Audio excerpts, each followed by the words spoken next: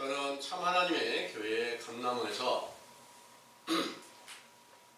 오늘날도 어떻게 하면 예수 그리스도를 보고 그 음성을 듣고 만져볼 수 있을까? 그리고 그 믿음으로 완전하게 서서 영생에 이를까 하고 연구하고 찾아가고 있는 감남원 교회 김기우라고 합니다. 오늘 전해드릴 말씀의 주제는 일곱 금 촛대 사이에서 본 인자의 형상입니다. 이 주제의 말씀을 성경 전반적인 증거를 통해서 정리해 놓은 메시지를 먼저 상고해 드릴 수 있도록 하겠습니다. 주제는 일곱 금 촛대 사이에서 본 인자의 형상이고요. 요한계시록 1장 13절에서 16절까지를 상고하겠습니다. 촛대 사이에 인자 같은 이가 발에 끌리는 옷을 입고 가슴에 금띠를 띠고 그 머리와 털의 희기가 흰 양털 같고 눈 같으며 그의 눈은 불꽃 같고 그의 발은 풀무에 단련한 빛난 주석 같고 그의 음성은 많은 물소리와 같으며 그 오른손에 7별이 있고 그 입에서 좌우에 날선 검이 나오고 그 얼굴은 해가 힘있게 비치는 것 같더라. 아멘. 내용을 상고하겠습니다.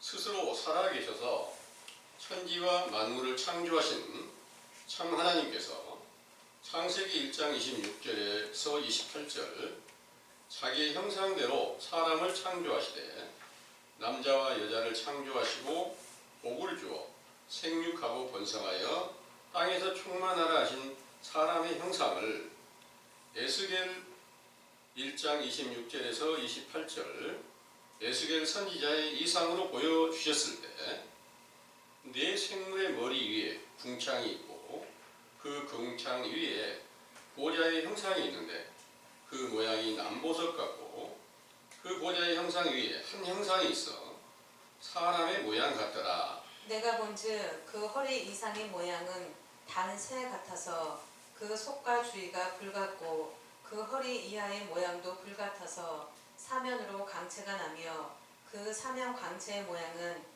비오는 날 구름에 있는 무지개 같으니 이는 주의 영광의 형상의 모양이라. 내가 보고 곧 엎드려 그 말씀하시는 자의 음성을 들으니라.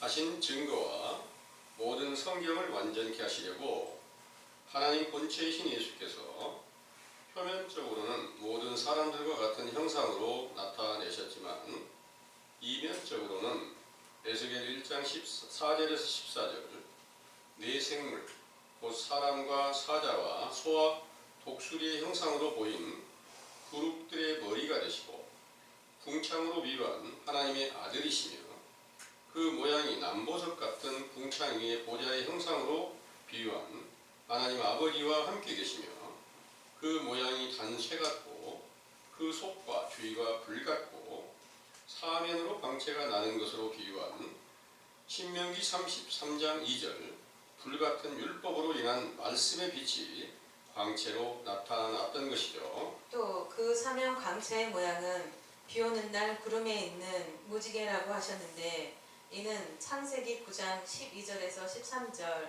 무지개로 비유한 영원히 변치 않는 언약이 요한복음 1장 14절 말씀이 육신이 되신 그리스도 안에 있다는 사실을 사람들에게 알려주시려고 먼저 육체를 입은 인자로 나타내시고 그를 믿는 자들을 제자로 삼아 표면적으로 보이신 육체가 죽으셨다가 부활하여 이면적 육체로 나타내시고 이를 영접하게 하는 성령 세례를 주어 갈라디아서 4장 19절 그리스도의 형상을 이루어 가게 하시던 하나님 아버지의 이름이 영원히 영광과 찬송을 받으시기에 합당하시나이다. 아멘.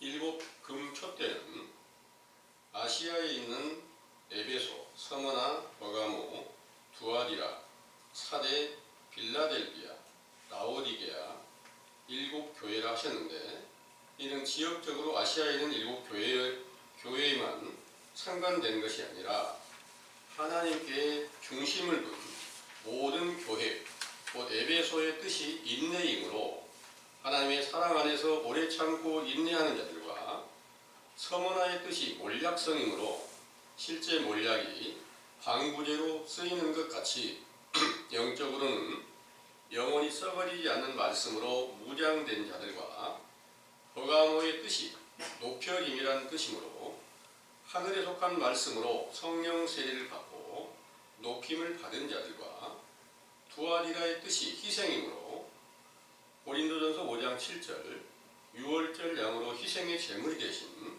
예수 그리스도를 믿는 자들과 사대의 뜻은 남은 물건이므로 마태복음 3장 12절 타작마당에서 쭉정이를 불태우고 남은 알곡이 된 자들과 빌라델비아의 뜻이 형제이므로 마태복음 12장 50절 아버지의 뜻대로 순종하여 형제가 된 자들과 라오디게아인의 뜻이 의인이므로 로마서 5장 19절 그리스도 안에서 모든 죄를 사함받고 의인이 된 자들이 모인 곳이 일곱 촛대로 불을 밝히는 일곱 교회이며 이는 일곱의 숫자가 영원한 안식의 수이므로 온 세상 어디에서나 금 촛대가 되어 불로 비유한 진리의 말씀을 빛처럼 밝히고 있는 제자들 중에 인자가 함께 살아계신다는 것을 계시로 보여주신 것입니다. 그 인자의 형상을 보았을 때 발에 끌리는 옷을 입으시고 가슴에 금띠를 띠셨다고 했는데 이는 다니엘서 10장 5절에서 7절 다니엘 선지자가 히데겔이라는 큰 강가에 있을 때 이상으로 보았던 한 사람이 세마포 옷을 입었고 허리에는 우바스 정금띠를 띠고 그 몸은 황옥 같고 그 얼굴은 번갯빛 같고 그 눈은 횃불 같고 그 팔과 발은 빛난 놋과 같고 그 말소리는 무리의 소리와 같더라 한 증거와 같은데 발에 끌리는 옷은 새 마포 옷이라고 하였고 이 세마포 옷은 레위기 6장 8절에서 11절 모세의 율법에 제사장이 성소에서 제물을 제단에 드릴 때 입었던 옷이었으나 구약의 율법을 완성한 신약에서는 요한계시록 19장 8절 세마포는 성도들의 옳은 행실이라 하셨으므로 히브리서 3장 1절에서 6절 부활의 영광을 얻으시고 영원한 대제사장이시며 사도이신 예수 그리스도께서 모든 죄를 사하시는 자비와 완전한 의와 능력을 나타내실 것을 비유로 발에 끌리는 옷을 입으시고 가슴에 금띠를 띠신 형상으로 보여주신 것이지요. 그러나 예수께서 육체로 계시는 동안에는 이사야 63장 1절에서 5절 에돔에서 오며 홍의를 입고 보스라에서 오는 자가 누구뇨 그 화려한 의복 큰 능력으로 걷는 자가 누구뇨 그는 내니 의를 말하는 자요 구원하기에 능한 자니라 어찌하여 너의 의복이 붉으며 너의 옷이 포도즙 틀을 밟는 자 같으뇨 만민 중에 나와 함께한 자가 없이 내가 홀로 포도즙 틀을 밟았는데 내가 노함을 인하여 무리를 밟았고 분함을 인하여 짓밟았으므로 그들의 선열이 내 옷에 띄어 내 의복을 다 더럽혔음이니 이는 내 원수 갚는 날이 내 마음에 있고 내 구속할 해가 왔으나 내가 본즉 도와주는 자도 없고 붙들어주는 자도 없으므로 이상히 여겨 내 팔이 나를 구원하며 내 분이 나를 붙들었으니라. 하신 선지자의 예언과 율법을 완성하시기 위하여 세상의 육체를 입은 사람의 형상으로 나타내셨을 때는 모든 사람들의 죄를 담당하셨기에 선혈이라고 하는 피가 묻어 더럽혀진 것처럼 죄를 자백하며 회개하는 행위의 옷을 입고 계셨던 것이며 이를 증거로 보이시려고 마가복음 15장 16절에서 20절 원수들에게 붙잡혀 십자가에 못 박히시기 전에 자색 옷을 입혀놓고 희롱을 당하시고 희롱을 다한 후에 벗기게 하셨는데 이는 자칭하여 유대인의 왕이라고 하는 죄인의 행실을 했다는 증거로 자색 옷을 입혀놓고 희롱했던 것입니다.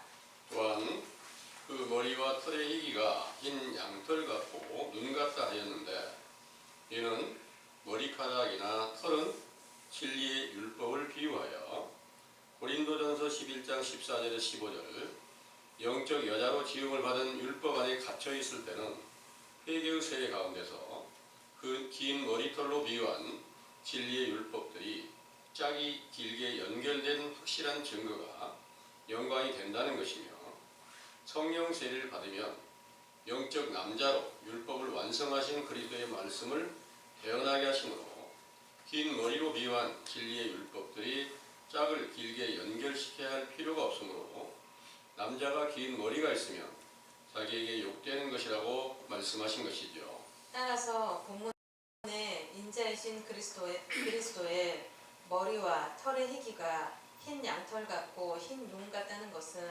깨끗하고 순결한 말씀이라는 것을 비유한 것이므로 잠언 16장 31절 백발은 명하의 면류관이라 의로운 길에서 얻는다고 말씀하신 것입니다. 또 그의 눈, 곧 인자의 눈은 불꽃 같다 하셨는데, 그 눈은 요한계시록 5장 6절 온 땅에 보내심을 입은 하나님의 일곱 영이라고 하셨고, 요한계시록 4장 5절 일곱 영은 일곱 등불이 켜 있는 것이라고 하셨으며, 그 등불은 잠언 6장 23절 하나님의 명령이라고 하시고, 그 명령을 지키는 자들을 사역자로 삼으시고, 히브리서 1장 7절 그 사역자들을 불꽃이라고 하셨는데, 또 이사야 10장 17절 이 불꽃은 거룩하신 천부의 영이시므로 일곱 별로 세운 일곱 교회의 사역자들이 요한복음 14장 20절에서 21절 성령 세례를 받는 날부터 아버지와 아들의 사랑을 받고 그리스도의 영광의 빛을 발하는 말씀을 전파할 때 듣고 믿는 자들에게는 모든 죄를 태우는 불꽃이 되어 의롭게 하시고, 믿지 않는 자들에게는 남아있는 의를 태워 멸망시키는 불꽃으로 재앙을 당한 것이죠. 또 그의 발은 빛난 주석 같고 그의 음성은 많은 물소리와 같다고 하셨는데, 이는 다니엘 10장 6절 다니엘의 이상으로 본 인자의 형상은 팔과 발이 빛난 옷이며 말소리는 무리의 소리와 같다 하셨으므로, 그의 팔은 일을 할 때 필요한 지체며 발은 몸이 이동하거나 서 있을 때 필요한 지체로 영생으로 가는 길을 전파하는 일을 할 때 필요한 복음을 빛난 롯새처럼 찬란하고 단단한 모습으로 보게 하신 것입니다.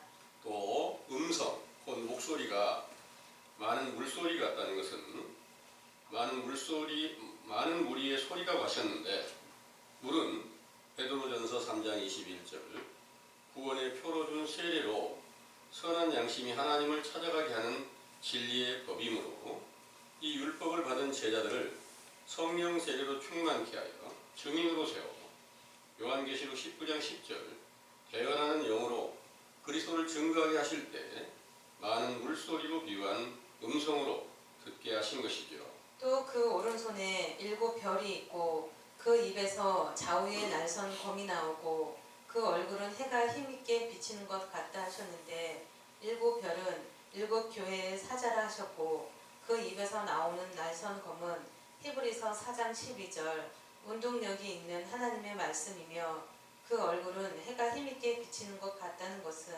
시편 84편 11절 해로 비유한 천부의 말씀이 인자의 얼굴이며, 이 모든 형상을 요한복음 1장 14절 말씀이 육신이 되어 우리 가운데 거하심에 우리가 그 영광을 보니 아버지의 독생자의 영광이요 은혜와 진리가 충만하더라고 표현하셨다는 사실을 믿으시기 원합니다. 아멘.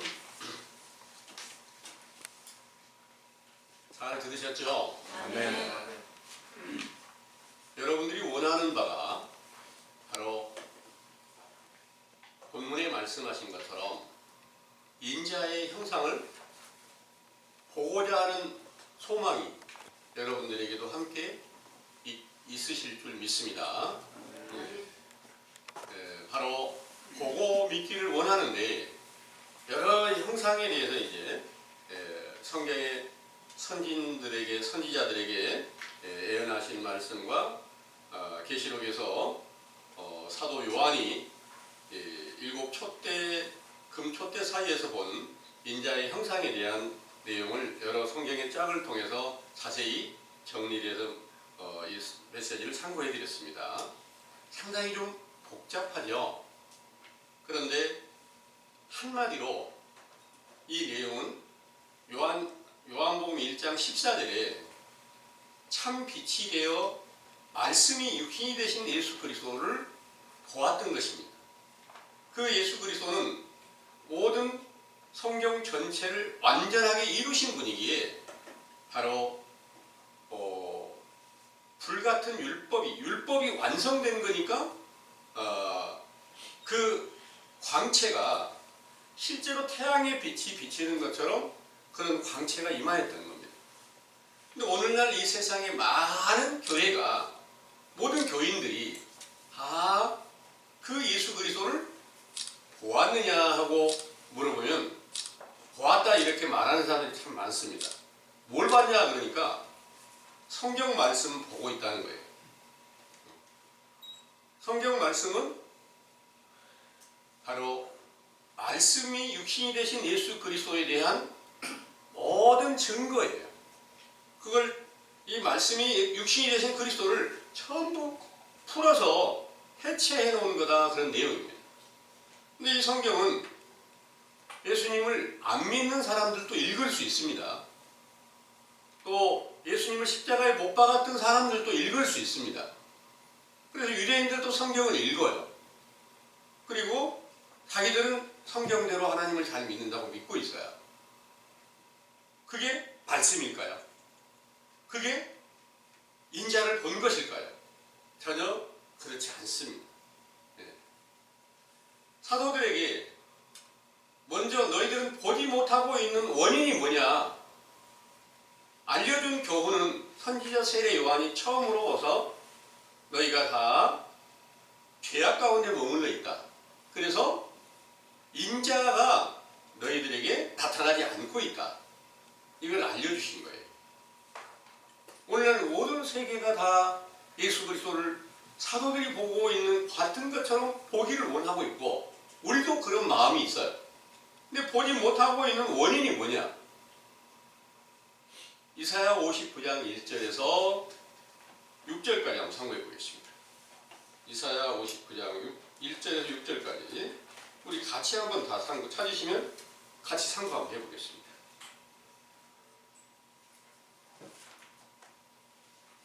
여호와의 손이 짧아 구원치 못하심도 아니요 귀가 둔하여 듣지 못하심도 아니라 오직 너희 죄악이 너희와 너희 하나님 사이를 메었고 너희 죄가 그 얼굴을 가리워서 너희를 듣지 않으시게 하니 이는 너희 손이 피해 너희 손가락이 죄악에 더러웠으며 너희 입술은 거짓을 말하며 너희 혀는 악독을 말하니라. 공의되고 소송하는 자도 없고 진리대로 판결하는 자도 없으며 허망한 것을 의뢰하며 거짓을 말하며 자매를 잉태하여 죄악을 생산하며 독사의 알을 품으며 거미줄을 짜자니 그 알을 먹는 자는 죽을 것이요 그 알이 밟힌즉 터져서 독사가 나올 것이니라. 8절까지 참고해주십시오. 그 짤가소는 무엇을 이룰 수 없을 것이요 그 행위로는 자기를 가릴 수 없을 것이며 그 행위는 죄악의 행위라. 그 손에는 강포한 행습이 있으며 그 말은 편악하게 빠르고 무자한 피를 흘리기에 신속하며 그 사상은 죄악의 사상이라. 황폐와 파멸이 그 길에 끼쳤으며 그들은 평강의 길을 알지 못하며 그들의 행하는 곳에는 공의가 없으며 굽은 길을 스스로 만드나니 무릇 이 길을 가는 자는 평강을 알지 못하느니라. 아멘. 이 말씀이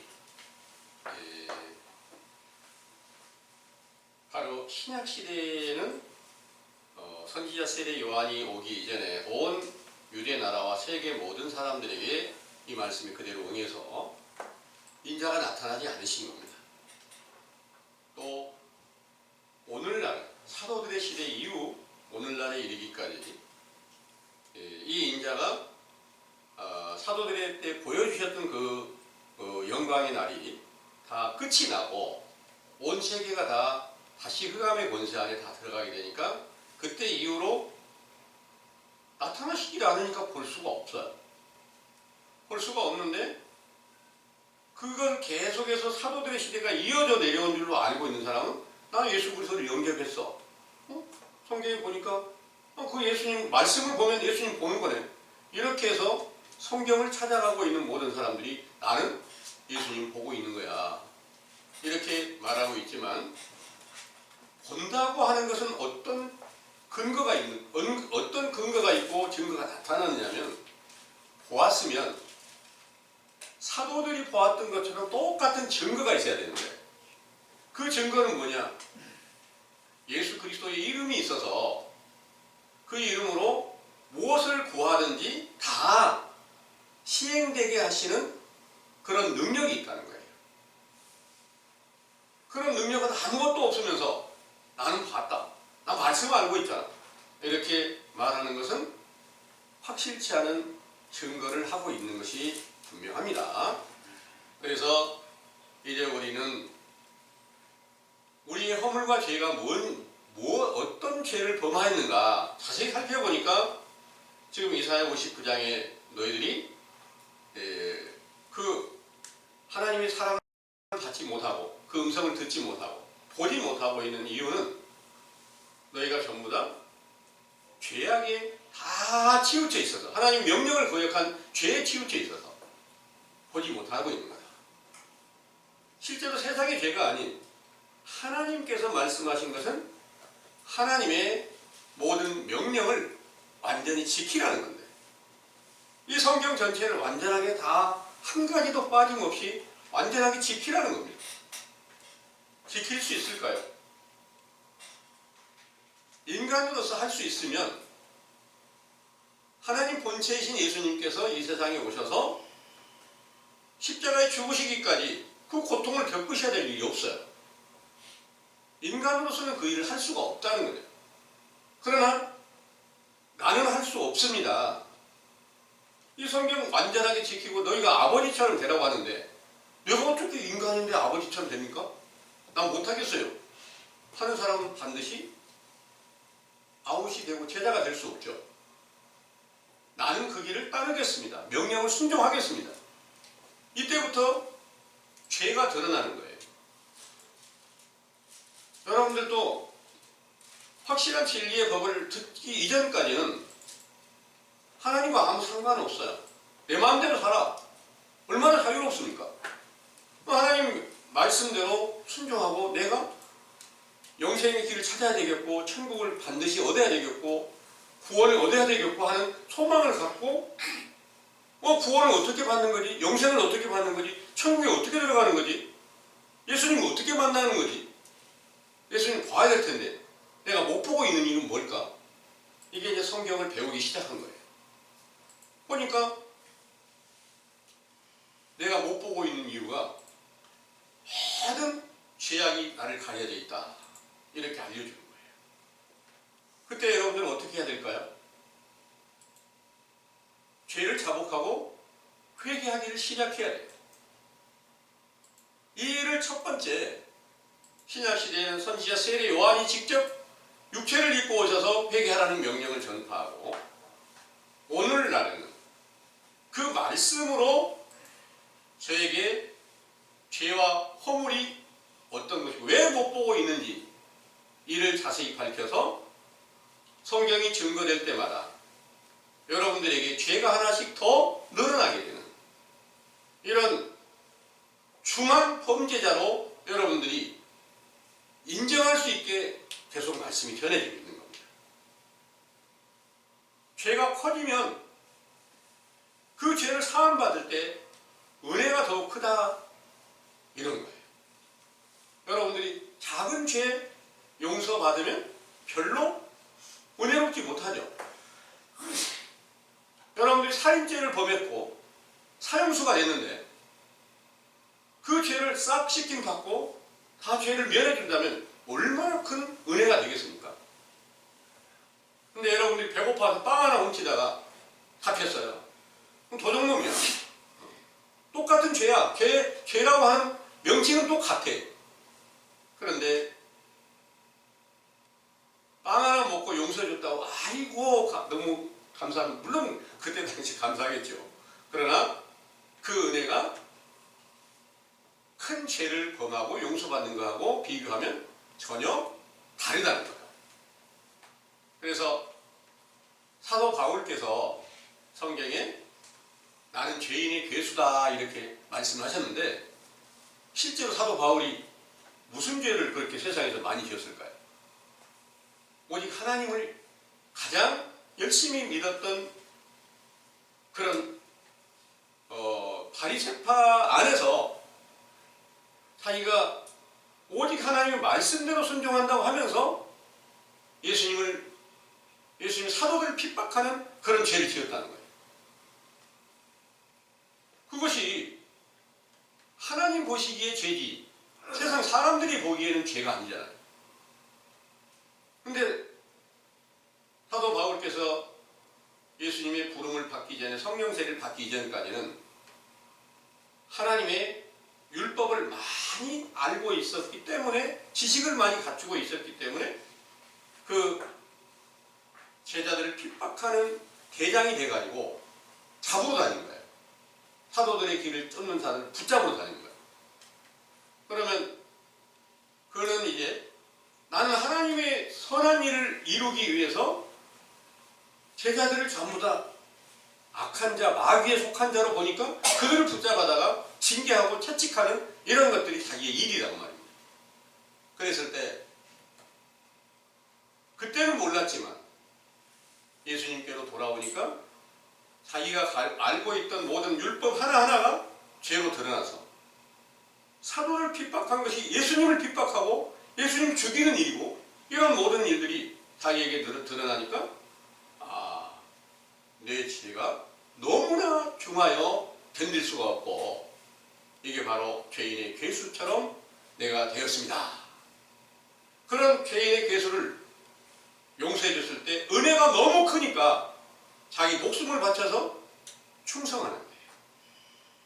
그는 예수 그리스도를 참 빛으로 나타나시는 그리스도를 보았어요. 사도들은 보았어요. 언제부터 보았을까요? 사도들이 예수 그리스도를 본 때가 언제일까요? 오순절부터 보고 듣는 영이 임했다는 거예요. 그 이전까지는 성령 세례 받기 이전까지는 육신의 눈으로 오신 예수님을 보았지 죄에 속한 자로 오신 분을 보았지 죄에서 벗어나서 의롭게 되신 예수님을 본 일이 보지 못했다는 거예요. 근데 그분은 죽었어요. 죄에 속한 자로 오신 그분은 죽었단 말입니다. 근데 그분은 다시 볼 수가 없어요.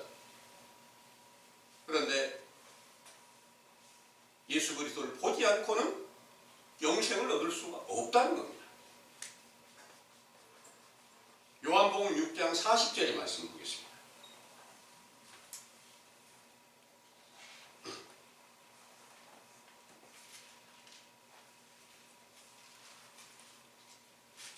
내 아버지의 뜻은 아들을 보고 믿는 자마다 영생을 얻는 이것이니 마지막 날에 내가 이를 다시 살리리라 하시니라. 아멘. 내 아버지의 뜻은 아들을 보고 믿는 자마다 영생을 얻는 이것이니 마지막 날에 내가 이를 다시 살리리라 하시니라 그랬습니다. 오늘날 예수 그리스도를 보았다고 하는 분들에게 물어보면 어떤 분을 보았다고 하냐면은 화가가 그려놓은 예수님의 그 얼굴 형상을 보고 그분을 꿈에 나는 봤다. 환상 중에 나는 봤다. 이런 분들이 있어요. 또 예수라는 영화 있죠. 주인공이 있습니다. 그 영화에서 본 그분을 내가 봤다. 진짜 예수님일까요? 그건 전혀 사람의 형상이나 사람이 만들어 놓은 그림이나 실제 사람을 갖다가 영화 배우로 만들어 놓은 것이지 실제 예수님이 아니라는 거예요. 근데 그를 보고 예수님을 봤다는 거예요. 전혀 본 일이 없습니다. 제자들은 예수님이 육체를 입고 오셔서 말씀을 전하실 때 또 능력과 표적과 기사를 행하실 때 그 곁에서 다 지켜보았어요. 근데 그분은 죽으셨어요. 죽으셨는데 죽은 사람은 다시 볼 수 있나요? 다시 부활을 했어요. 사흘 만에 부활해가지고 제자들에게 나타나서 보여주신 거예요. 보여주셨는데 그 이전하고 육체로 죽기 이전에 십자가에 죽으시기 이전하고 부활하신 후에 보여주는 것하고 똑같은 형상을 보여주는데 무엇이 다를까요? 육체로 계실 때는 육신의 눈을 뜨고 있는 사람은 다 볼 수 있어요. 근데 부활하신 예수님이 눈을 열어줘야지 볼 수 있어요.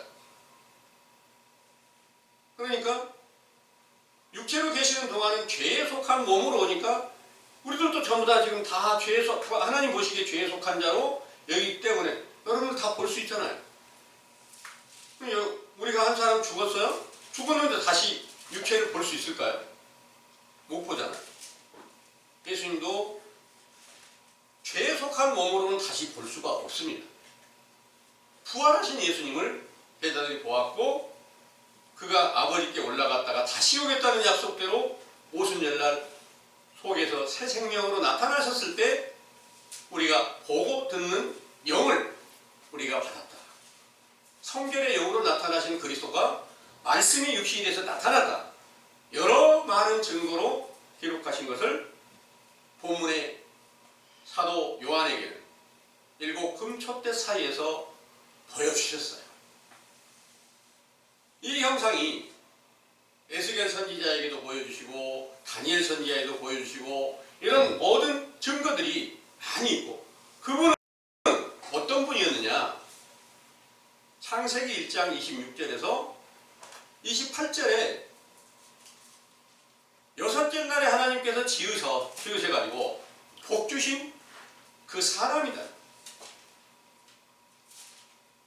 그분이 구약에도 살아계시고 태초부터 살아계시는데 이런 모든 증거들 성경을 완전하게 이루시기 위해서 마치 여섯째 날 지음을 받은 사람의 형상처럼 보이시고 때를 따라서 죄가 깨끗이 깨진 자들에게는 그 형상을 보여주셨다는 거죠. 그리고 에스겔 선지자도 죄를 사해 주니까 그 가운데서 나타내시니까 보게 했고요. 다니엘 선지자에도 마찬가지로 그렇게 보게 하셨고요. 이런 모든 것을 갖다가 증거를 해놔야 그걸 완전하게 이루시기 위해서 예수님께서 직접 오셔가지고 보여주시고 부활해서 신령한 육체로 나타나 보여주시는 것을 통해서 영생을 얻게 하고 구원을 얻게 하고 천국을 기업으로 받게 하기 때문에 그 일을 보여주셨습니다. 이 아버지의 뜻은 아들을 보고 믿는 자마다 영생을 얻는 것입니다. 마지막 날에 내가 이를 살리리라 하시니까 마지막 날이 언제 있을까요? 오늘날 교인들이 마지막 날 그러면 지구가 다 멸망하는 날로 알고 있어요. 오순절 성령 세례를 주실 때가 성경에서는 마지막 날 말세라고 증거하고 계시고 그때를 추수 때라고 알려주시고 계십니다. 이런 모든 증거가 성경적이죠. 성경적으로 우리가 그 말세가 어떻게 응하였는지 마지막 때가 어떻게 응하였는지 이 일을 살펴보니까 사도들은 육체로 임하신 예수님을 보았고 부활하신 예수님을 보았고 속에서 새 생명으로 말씀이 육신이 돼서 나타나신 그분을 보았고 그분을 본 증거로 사도 요한에게 유일하게 7 금촛대 사이에서 보았던 그 확실한 증거를 보여주시고 있는 거예요. 이런 일을 알지 못하는 많은 사람들은 여러 가지로 미혹을 해서 이것저것 거짓말을 만들어 전가할 때 모르는 사람들은 아멘으로 화답하고 그 길을 따르다가 결국 멸망할 수밖에 없는 것입니다. 성경에 이런 말씀이 있어요. 여기서는 아들을 보고 믿는 자가 영생을 얻는다 그랬죠? 또 요한복음 20장의 말씀을 보겠습니다.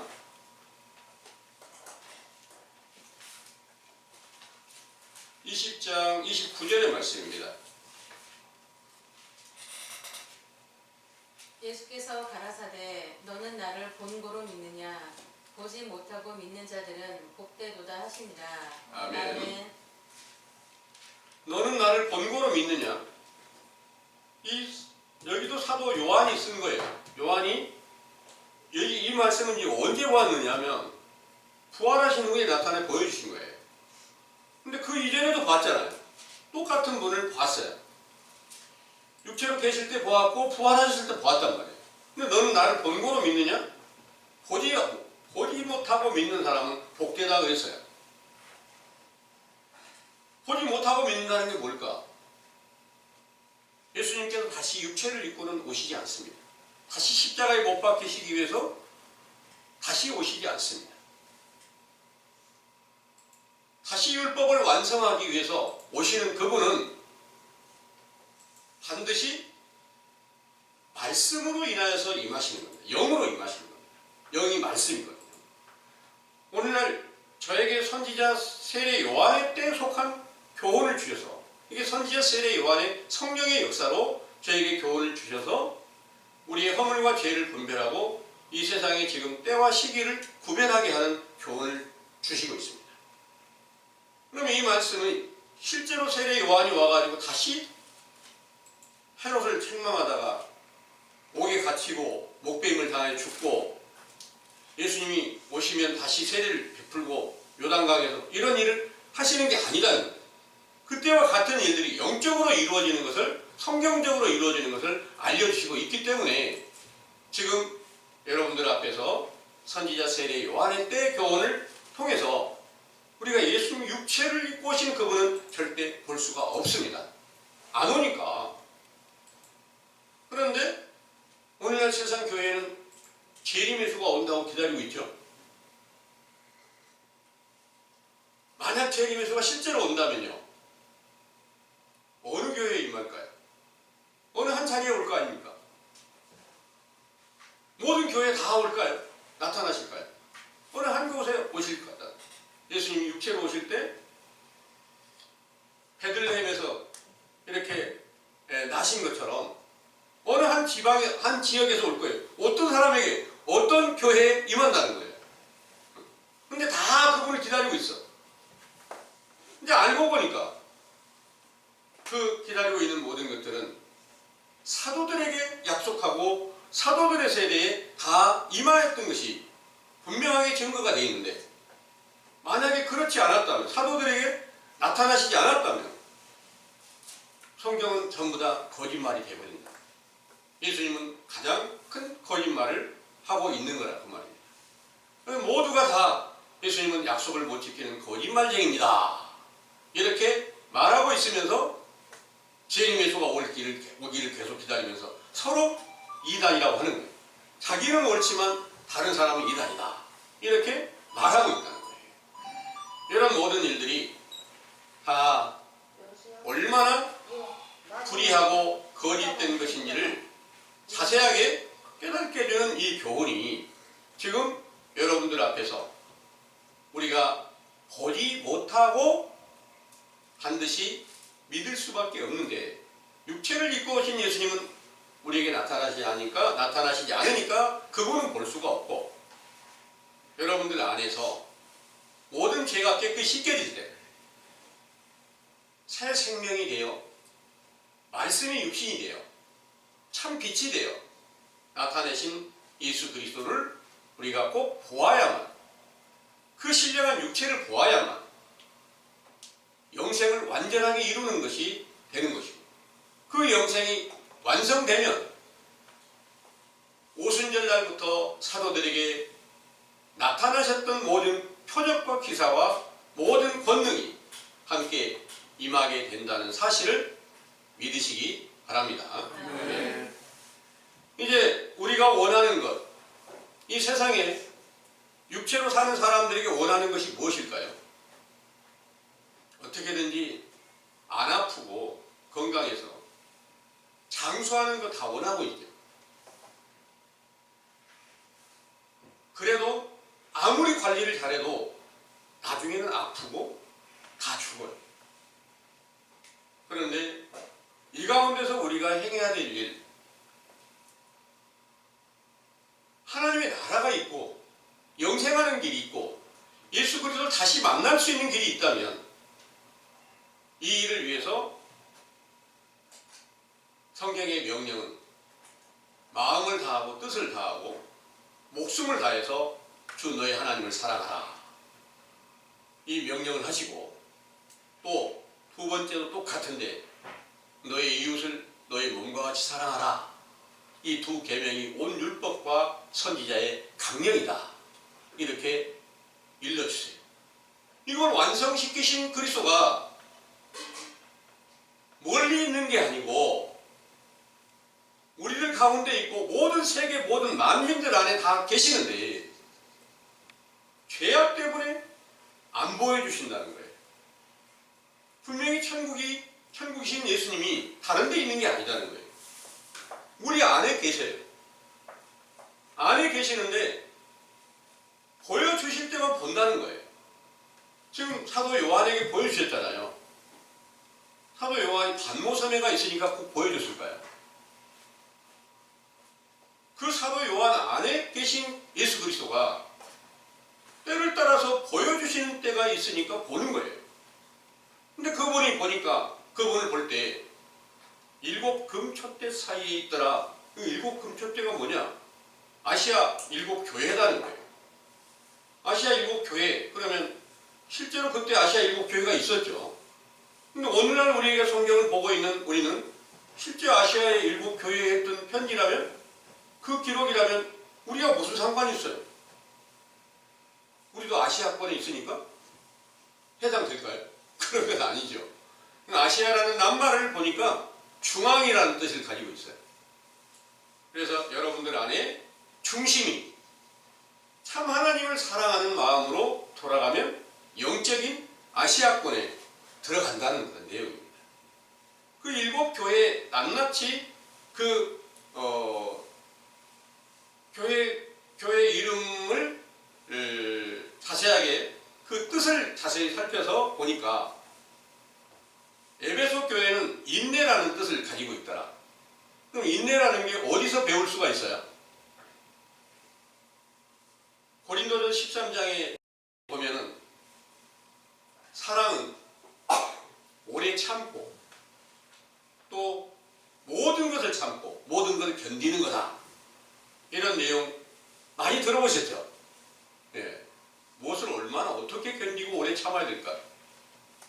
예수님이 십자가를 참으신 같이 사도들이 예수님께서 전하는 모든 말씀대로 모든 계명을 지키고 십자가를 지는 것 같이 인내하는 자에게는 영적인 에베소 교회에 편지한 것처럼 여러분들 안에도 다 해당이 된다는 그런 말씀인 줄을 믿으시기 바랍니다. 네. 이 모든 낱말을 하나하나 이렇게 다 해석해서 살펴보니까 서머나 교회는 몰약성이라는 뜻을 가지고 있다는 거예요. 몰약이 뭐예요? 오늘날 건강에 아주 유익한 면역력을 가장 높여주는 그런 것들이 몰약이다. 이런 말씀 들어보시죠? 예. 그런데 그 몰약은 특별한 방부제로 쓰여져요. 그 방부제가 몸에 해롭지 않은 방부제니까 굉장히 우리에게 이제 유익하겠죠. 육신의 삶에도. 근데 성경은 전부 다 비유야. 영적인 몰약, 그건 뭘까요? 바로 영원히 부패되지 않는 그리스도의 말씀이, 썩어지지 않는 말씀이 바로 몰약으로 비유를 한단 말이에요. 그래서 서머나의 교회에 대한 그런 내용들은 썩어지지 아니한 하나님의 영광을 간절히 사모하고 찾는 그런 여러분들이 바로 이제 몰약성으로도 비유가 된다, 이런 내용입니다. 또 보가모라는 뜻이 높여짐이라는 뜻이에요. 여러분들이 지금 확실한 성경의 말씀으로 계속 여러분들 낮아져야 됩니다. 다른 교회 가면 여러분들은 다 예수 그리스도를 영접하고 예수님의 피로써 모든 죄를 여러분들이 다 사함받고 의롭다는 믿음을 얻었고 믿기만 하면 다 구원 받습니다. 이렇게 하면 높여진 거예요. 그런데 여기 오니까 낮아져야 돼. 여러분들 안에 그리스도가 없습니다. 못 보셨잖아요. 그 음성도 못 들으셨잖아요. 계속해서 이렇게 낮아지게 하는 거예요. 낮아지는데 언제 높여준다는 말입니까? 예수님께서 육체로 계실 때까지는 제자들을 전부 낮췄고요. 부활하신 후에 성령 세례를 주실 때 완전히 높여주신 거예요. 그러니까 높여짐이라는 말은 자기를 낮췄고 하나님께 높여주는 그런 일은 성령 세례를 주실 때 높여줬으니까 예수님은 약속하신 모든 것을 굳게 지켜서 자신의 부활의 영광을 통해서 다시 높여주시는구나. 이 사실을 확실하게 믿는 그런 교인들은 바로 여기 말씀하신 대로 버가모의 교회에 속한 자나 다를 바 없다. 이런 내용입니다. 또 두아디라의 뜻이 희생이라고 그랬어요. 두아디라라고 하는 그 뜻이 희생이라고 했는데 희생이라는 게 이제 성경의 비유로 보면 예수님을 희생의 제물이라 그래요. 어린 양으로 오신 예수님이 희생의 제물이란 말입니다. 희생의 제물로 뭘 했어요? 모든 사람들의 죄를 다 대속해주는 일을 받으신 겁니다. 그러면 희생의 제물로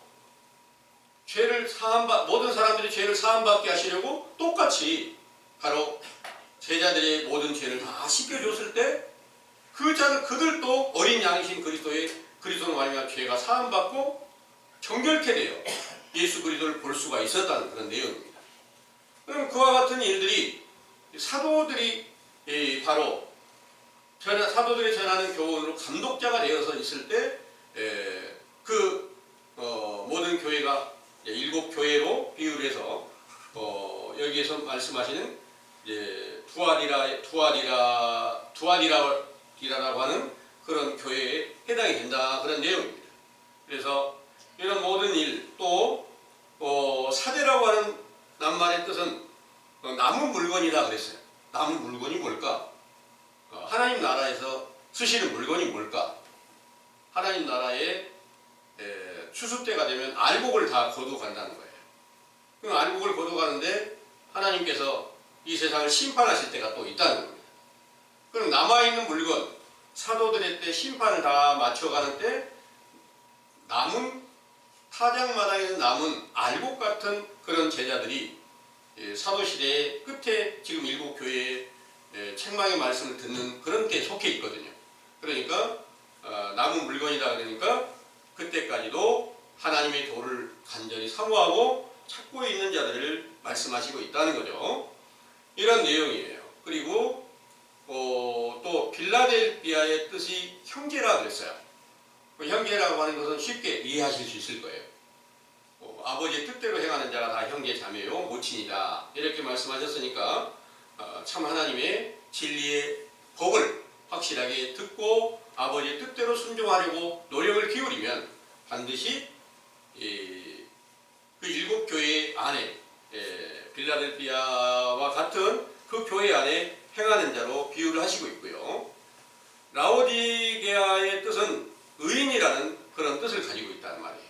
의인은 어떻게 해서 의인이 될까요? 모든 죄를 깨끗이 씻김받는 그런 사도들이 오순절날에 의롭다함을 얻은 겁니다. 그 믿음 안에 들어가 있는 제자들이 감독자가 되어서 교훈을 베풀어주고 있는 곳은 바로 라오디게아 교회나 마찬가지로 비유가 된다는 거예요. 그래서 아시아 7교회의 교회를 금촛대라. 금촛대는 뭐예요? 촛불을 밝히는 거잖아요. 환한 촛불을 밝힌다는 것은 하나님의 진리의 말씀이 확실하게 빛을 발하여 증거된 것을 가리켜서 말씀하시고 있다는 겁니다. 오늘날 온 세계 영적인 아시아로 비유한 하나님의 중심이 된 그 교회 안에서 7교회의 여러 그 낱말의 뜻이 다 있어서 이것을 자세히 살폈을 때 오늘날 세계 어느 곳에 있든지 진리를 간절히 사모하고 찾는 자들에게 환한 등불처럼 인자이신 예수님께서 나타나 주신 때는 오순절날 성령 세례도 주신 것처럼 물로 먼저 씻김을 받고 결국 성령 세례로 모든 죄를 깨끗이 씻김 받았을 때 보고 듣게 하는 그런 영으로 말씀이 육신이 되신 예수 그리스도의 영광이 오늘날도 동일하게 성취되어 보게 하신다는 것을 믿으시기를 원합니다. 아멘. 기도하겠습니다.